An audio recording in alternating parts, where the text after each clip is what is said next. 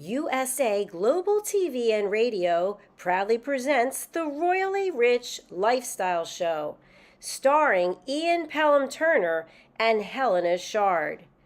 Brought to you in part by the British School of Excellence, Investors in People.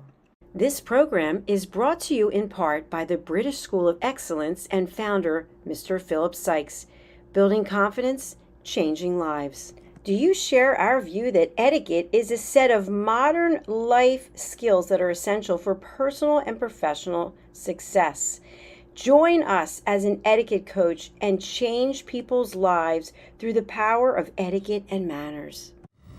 The last few days have been really amazing. I had a trainer course from the British School of Etiquette. And I must say it's been one of the best decisions I've ever made and one of the best investments I've made in my own training and development. Now, words alone will not describe the transformation and the positive path that I have traveled with the British School of Etiquette. I find I learned a lot from the lessons this time I came. The last few days with the British School of Etiquette have been fantastic. And what I've learned now is really beyond my expectations.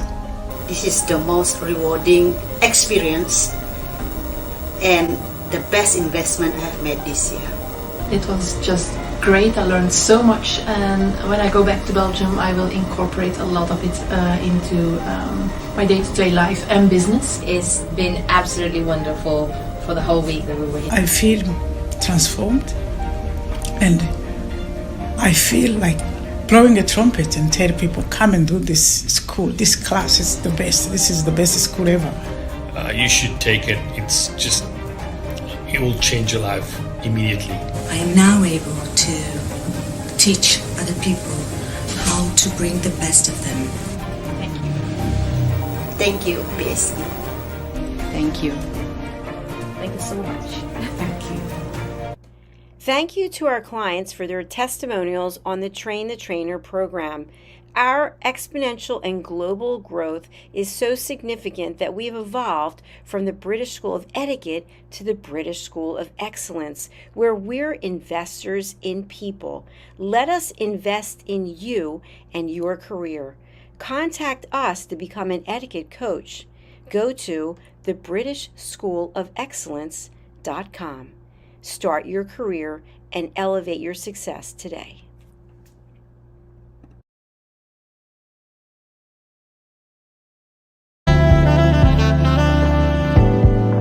Welcome to USA Global TV and Radio, where our mission is to provide education, entertainment, hope, and inspiration. USA Global TV and Radio connects you with experts and audiences all around the world every single day to help you succeed in business and to live a richer life. Visit us at usaglobaltv.com to learn about career and life-changing training and mentoring programs like the Listening Mentor. Subscribe to our newsletter to stay informed about our special programs and offers. Discover how you can become a guest on one of our shows or a host or producer of a USA Global TV and Radio show of your very own. That's USA Global TV and Radio, where the doctor is always in.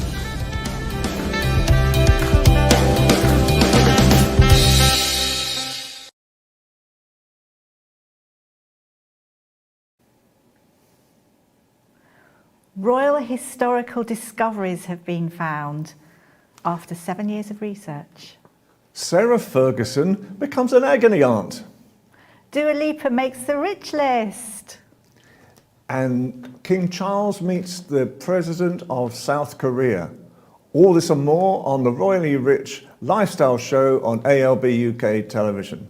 My name is Ian Pelham Turner. My name is Helena CHARD. Okay, so let's roll the titles and let's get on with the show.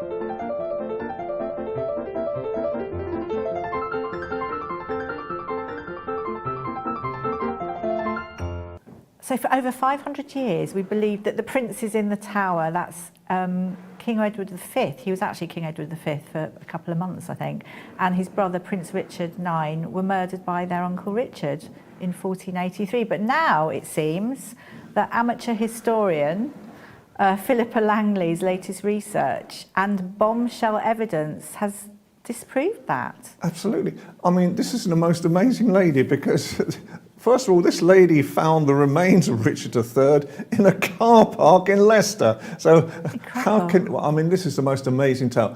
And from a royal perspective, this is probably one of the most historic stories that have been going forever, have now been disproved. They were alive.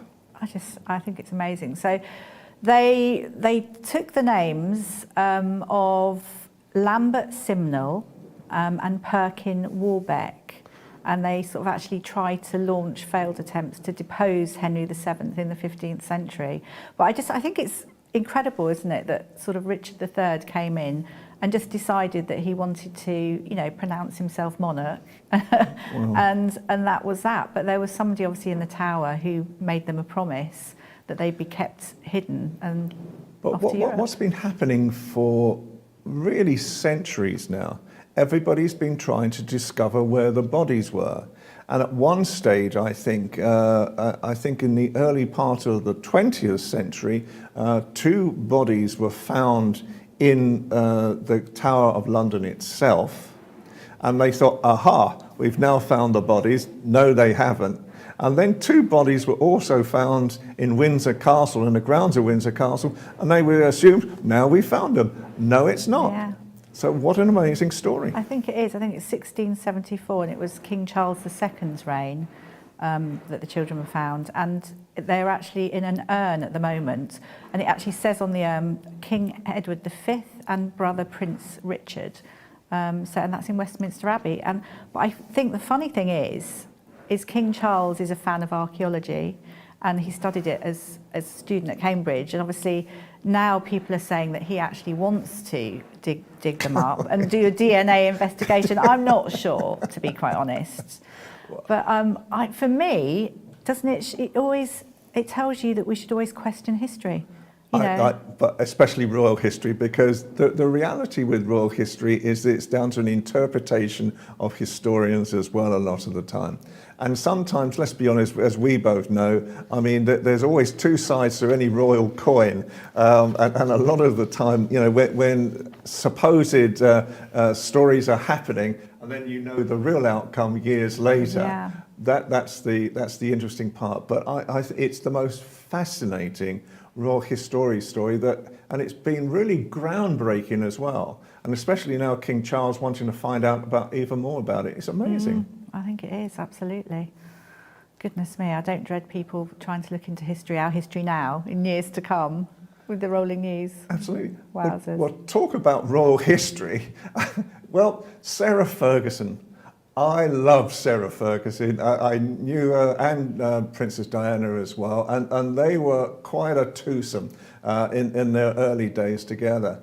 And now Sarah Ferguson has become an agony aunt. Yes, you hear it first. She's become an agony aunt on a TV show, one of the most popular TV shows in Britain, called This Morning. Yeah, and also guest editor as well, not just an agony aunt. But I mean, I think that the lovely thing about Sarah Ferguson is her main ethos is to be kind. Yep. And she really exudes something special. She's quite quirky. And we've heard about her wanting to be a TV presenter. So I think if she was somebody that came on now and then, she's got a lot to offer. And she's also, another thing that she talks about as well is her, she's a patron of a teenage cancer trust for 32 years. And that was because her stepfather died of cancer. And this charity relies on raising funds, so celebrities do loads of performances at the Royal Albert Hall, which is something recent. But the irony is she's just overcome breast cancer herself as well. Absolutely, so that's an irony. But the other lovely part is that the Queen accepted her again, because she is now looking after the corgis. She is. I know, what a great story. I think that's the most fabulous present. If you could be left something, yes. I think that's the best thing. I really do. And no doubt this is one of the last requests before Queen Elizabeth died, that Sarah Ferguson looks after the dog. I mean, it's the royal family, they've got all sorts of issues at the moment, but isn't it lovely, isn't it wonderful to talk about some positive royal news as well? I think there's a lot of positive royal news. I mean, I just think they're quite tight-knit as well, the working royals at the moment. So it's good, but I love the way that she's always commented, you know, sending out Instagrams and everything with the corgis in, which is fun, isn't it? Moving on, so the Heat Rich list returns. Now this is to reveal the 30 richest stars. This is Bauer Media. And Harry Styles, of course, is on there. But I'm really excited that Dua Lipa is number 2, which I think is, I love Dua Lipa. She's my favourite. I think every girl, boy, person has sort of had their hairbrush moment dancing to music. I think she's brilliant, absolutely fantastic. She's actually 28. She's British Albanian, and I think the most super singer. And she started off as a model, and in 2013 was signed with Warner Brothers Records. She has got so many, I mean, accolades. You know, she's 6 Brit Awards, 3 Grammy Awards, 2 Guinness World Records, and there's so much more as well. But I just think she's absolutely fabulous. Worth 82.5 million. Absolutely, and it just goes to show how successful Albanians are today. And there was this wonderful photograph of us, well, wrapped in the Albanian flag. And obviously with ALB UK TV, which is our production service and studio that we come from as well, this is of interest to Albanian people as well. And I think that the reality at the moment is that it just goes to show again that the values that Albanians bring to Britain. Absolutely. And what's your favourite Dua Lipa song, Ian? I don't know any of them. I have to be honest. This is now. If you'd asked me about Tchaikovsky's first movement, then I might have been able to tell you. But I'm sure she is magnificent. I know that there are so many Albanians, talented Albanians, obviously being out there as well. So it's an incredible thing. But 82 million, come on, that's not bad for someone under 30. But she's got a great voice. She's so talented. It's not so much about the money really, but one of my favourite songs, Dance the Night Away, which is from the Barbie album. Okay. And she was also on Elton John's tour, his finale tour, doing Cold Heart. I'm a real fan. You're of an age where all this matters. To me, unfortunately, it's nice that Albanians are winning, but she's probably not my type of music. But moving on about wonderful stories, this made me chuckle. This really made me chuckle this week that Victoria Beckham has now produced a T-shirt, "My Dad Had a Rolls Royce." Take it away, Helena. So, lovely, absolutely fabulous. So if anyone's seen the recent documentaries, it was a 4-part series of David Beckham and Victoria Beckham. And there's one brilliant scene, and I think we do have a clip of it in a second, but she, from this, which is "My Dad Had a Rolls Royce," she's now got this T-shirt. It's £110. It is actually part of her collection as well, and it's the sort of playful side of her collection. And interestingly, Rolls-Royce shares soaring, up by 150% since January. I don't know if there's some kind of, interest there, but we should play it because it gives an idea of how funny it is. Now, who doesn't love a slogan T-shirt? I do. And I have to say, my question for you all, what did your dad drive you to school in? My dad drove me, yes, in a Rolls Royce.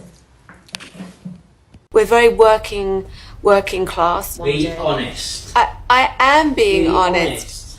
I am being honest. What car did your dad drive you to school in?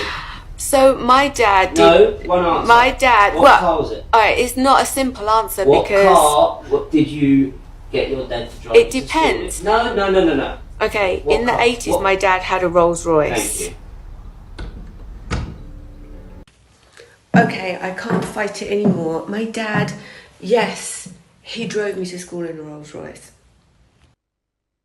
Now then, if that goes on in the Beckham household, I have to sort of say, it's like watching something like this. Now, was that actually set up? I don't know. I don't think it was. If you see the Netflix series, it is absolutely brilliant. If you know, that is real gold. Very well done, very well styled. They came over beautifully. Such a lovely family, and I think as well we're seeing on the media at the moment. You know, mum out with daughter, having quality daughter time, mum time, and the Winter Wonderland is open, which is the Christmassy fair thing. But obviously for them, it's a quick walk from their Holland Park place, and they've been spotted there a few times. It's always very positive, all their filming. I love it. And there's quality father and daughter time, organic farming, tending to a vegetable plot. And also, as we've heard, the King has invited Beckham for dinner. And I have a feeling it may be to be a Prince's Trust ambassador. And even better, I think it is time for knighthood. Surely, after all these years. Well, I agree, because I think with David Beckham, he's been an incredible ambassador, you know, for really most of his career, and that he's virtually never put a foot wrong at any time at all. He was an incredible football player. He's really been an inspiration, and so is Victoria as well, you know, to communities as well across the world. You know, and his son, I think, is he's married now. His son, I think, and he's a photographer. So basically, they're obviously a very artistic family in the first place. I think what's lovely as well is Beckham is and the whole family are real royalists. And do you remember how Beckham waited in line when the late Queen's queued all night long, whereas people were trying to push in and they couldn't believe that he was there to pay his respects. That's right. And I think it was 12 hours he queued up to actually see the last episodes of the Queen. And you know, it's again, he was talking apparently to people in the crowd. He wasn't being standoffish. So many, you know, so-called celebrities that perhaps we've worked with at some time or other, that you know that they'll appear on television as one person, and in reality they're perhaps not the same person in real life. David Beckham is. He is. And just finally, one thing that I was surprised about. I mean, one, he's immaculate, as we know, but he's the most brilliant cleaner. As in, he's the one that he tidies up the house, he leaves everything, he spends time after dinner parties tidying and cleaning up candles, and quite amazing. Wonderful husband. He's obviously learned that from me. You know, well, it's true. You know, I can never leave my flat unless it is reasonably clean and tidy. I could never, come back to it. I always look forward to coming back to my flat when it's neat and tidy. When it's neat and tidy. Wow. Organised mind, isn't it, as well? It means. Absolutely. So very true. And also moving on, really, Victoria Beckham obviously has her clothesline, as we know, and she has a really quality products. But also Gwyneth Paltrow. Now, a little while ago, there was the ski crash, which was unfortunate. At some point, I think in springtime, and it was a high-profile ski crash. And as a result, there's now a musical. Yes, it's a musical, that's it. I was going to call it a pantomime. A musical called It could be a pantomime as well. It will be a pantomime. Gwyneth goes skiing. So it's a story of love, betrayal, skiing, and it's almost a little bit Christmassy, but it's set to run from the 13th to the 23rd at the Pleasance Theatre, 90 minutes, and Linus Karp plays Paltrow. Joseph Martin plays Terry Sanderson. Now, he's the optometrist who collided with Gwyneth in the Utah ski slope 2016. But I think the most amazing thing about it, for me, is how cool, calm and collected Gwyneth was, because she actually won the case, hands down. He sued for millions and billions, and she did a counter sue for £1 or $1. Yeah. And it's just the most, I mean, when she described the actual incident herself, it's almost like a Keystone Cops crash, because apparently this gentleman came up behind her and almost was sort of sat on her skis, straight behind her, and she wondered what on earth was going on. I know. Absolutely amazing. And I think as well, following on from that as well, this is new things in fashion, quiet luxury. So this is a new term, and it refers to the understated clothing made with very high quality materials. And of course, what happened, it's become a fashion subculture from that moment, that in the courtroom, it became like a catwalk place where she would come in looking marvellous in this sort of neutral colours, minimalist style, invisible branding, and now that's the big thing. And that's the way we're going. It's that quiet luxury, that wonderful high quality materials. I love it. And she obviously, didn't want to diminish him either in any way. And afterwards, apparently, when the court case was over with and the result had been announced, she went over and whispered in his ear, "Good luck." Yeah, he said that. Exactly, which I think was very calm and collected. Wish you well or something, wasn't it? Good on her, good on her. I think it's been a very royal time, hasn't it? Very royal time for King Charles time at the moment, and the whole family. So we've had King Charles as marked Interfaith Week with faith leaders. I mean, this is something that he really, it means so much to him. Even as the Prince of Wales, wasn't it? The King worked for many years promoting tolerance and greater understanding between different faiths and communities.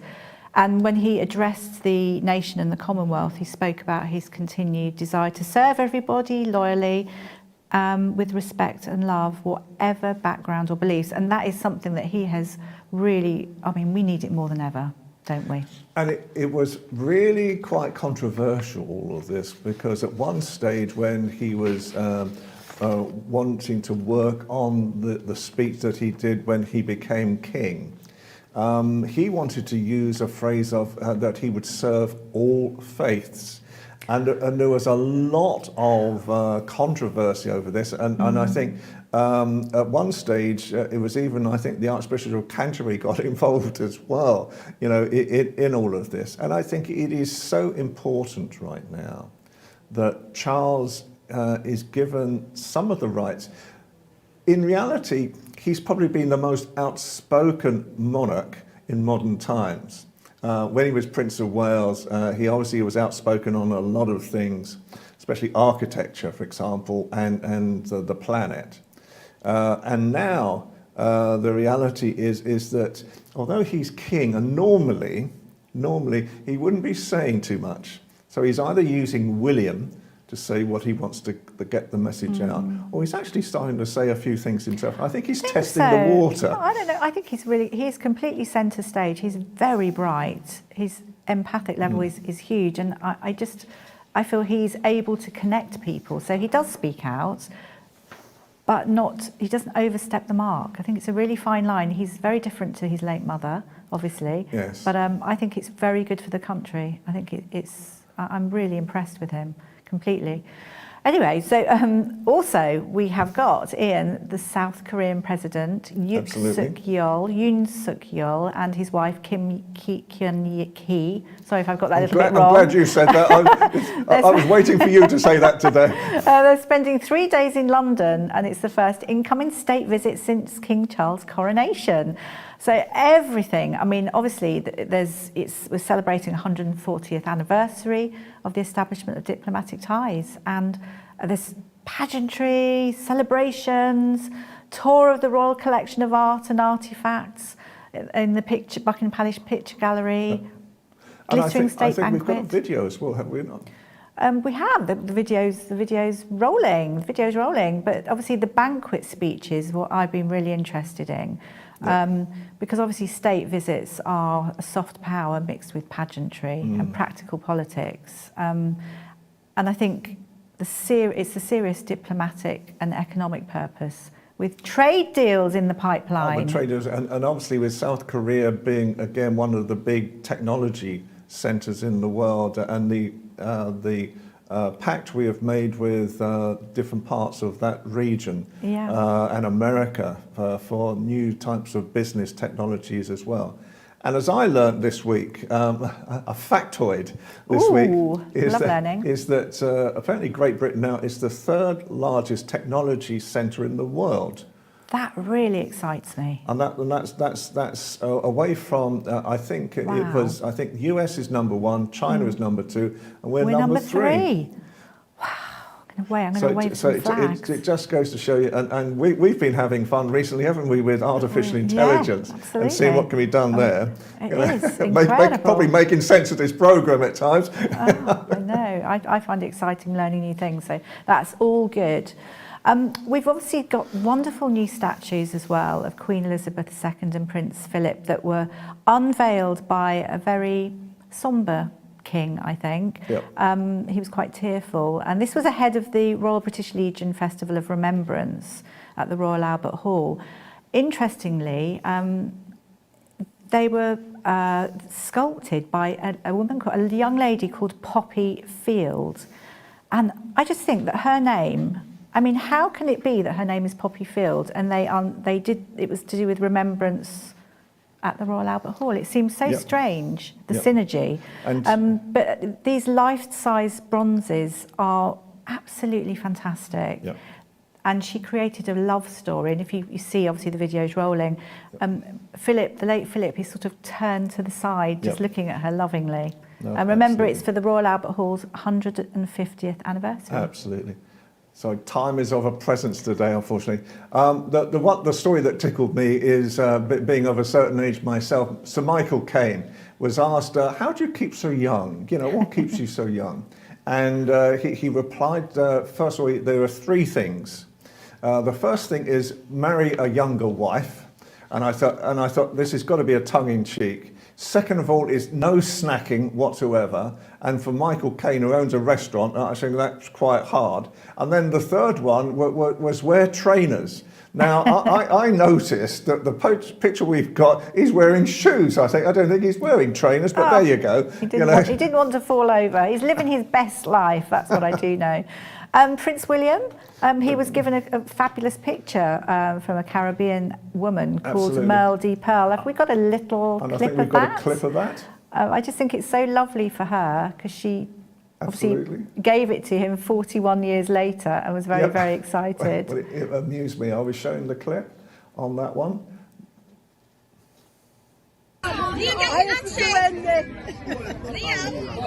Look at that, oh my goodness. Who painted that? Did you paint that? Did you really? Wow, look at that. When he was a baby.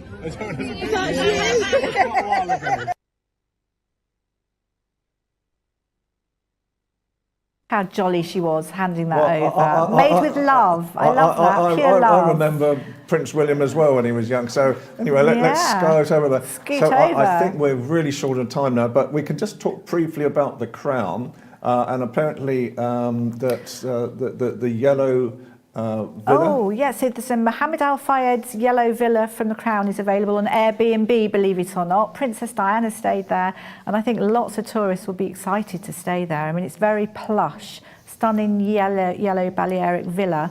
And it features in the opening episode. Absolutely, and also some of the replicas are now being including up the front of 10 Downing Street. Yeah, is absolutely. Being sold. So it's the sets, the costumes, the props of the Crown, the revenge dress, the facade of Number 10. But I think the funniest thing is the gold coach. Yep. But there's a market for it, and it will be at Bonham's. So if anyone wants to have a little bit of the Crown. If you want a royal carriage, there's one available.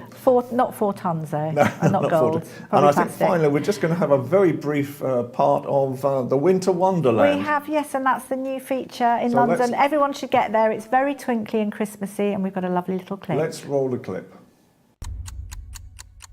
People look forward to this all year. Seeing it all come together really is special. It's nerves, it's anticipation, it's excitement. All hands on deck. One day left. Just doing the final touches. Landscaping snow going in. You know, it's long days, long hours, but I'm really, really pleased with it. I think everybody is. Winter Wonderland is hugely important for the Royal Parks. It's magical to see it come to life. We're all chiselling a little bit faster because there's only 2 hours to go now. Everything we've worked on all year. Transformed into a magical wonderland. We want everyone to enjoy what we've created. It's the start of Christmas. This is what Winter Wonderland's all about. Winter Wonderland is now open. Well, Looks that's another great show. And we've got to be really, really quick now. I know. So for me, Ian Pelham-Turner. From me, Helena Chard. Can I thank, first of all, the production team here today on ALB UK Television, also Philip Sykes from the British School of Excellence as well. What a wonderful show that we're doing again. It has, it's been fabulous, and we look forward to seeing everyone next week. We'll see you again. So this was the Royally Rich Lifestyle Show on ALB UK Television. Bye for now.